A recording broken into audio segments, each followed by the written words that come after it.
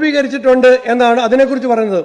സർക്കാർ ഉദ്യോഗസ്ഥന്മാരുടെ statutory pension അത് പുനഃസ്ഥാപിക്കും എന്ന് പ്രോഗ്രസ് റിപ്പോർട്ടിൽ പറയുന്നത്.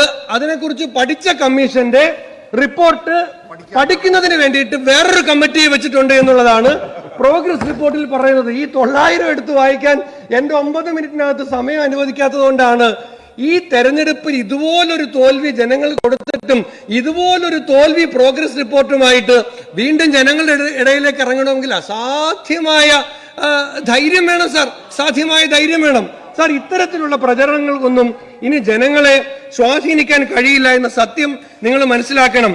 ഈ സർക്കാർ ഉദ്യോഗസ്ഥന്മാർക്ക് ഈ ഗവൺമെന്റ് വന്ന സമയം മുതൽ പരമാനന്ദമാണ്. Leave surrender മരവിപ്പിച്ചു. ഇപ്പൊ അത് 4 കൊല്ലം കഴിഞ്ഞ് കൊടുക്കാം എന്ന് പറയുന്നുണ്ട്. DA 61% കുടിശ്ശിക, 61 തവണ കുടിശ്ശികയായി. 21% ആയിരുന്നു, 2% കൊടുത്തിട്ടുണ്ട്. വീണ്ടും 19% DA കുടിശ്ശികയായിട്ട് നിൽക്കുകയാണ്. ഒരു സാധാരണ ഉദ്യോഗസ്ഥന് ഏതാണ്ട് 1.5 ലക്ഷം രൂപ വരെ ഈ സർക്കാർ DA കുടിശ്ശിക ഇനത്തിൽ ഇപ്പൊ കൊടുക്കാനുണ്ട്.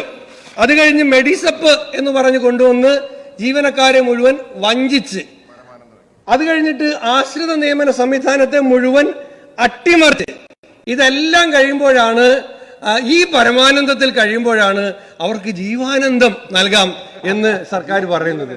സാർ, ഇങ്ങനെ ജീവനക്കാരെ ദ്രോഹിക്കുന്ന ഒരു പദ്ധതിക്ക് ജീവാനന്ദം എന്നൊക്കെ പേരിടുന്നവനെ ഈ സഭയിൽ കൊണ്ടുവന്ന് ഒരു പൊന്നാട അണിയിച്ച് ആദരിക്കണം സാർ. ഇതുപോലെ ഉപദ്രവിക്കുന്ന പദ്ധതിക്ക് ഇടുന്ന പേര് ജീവാനന്ദം. സഭയെ ആദരിക്കണം. ഇത്ര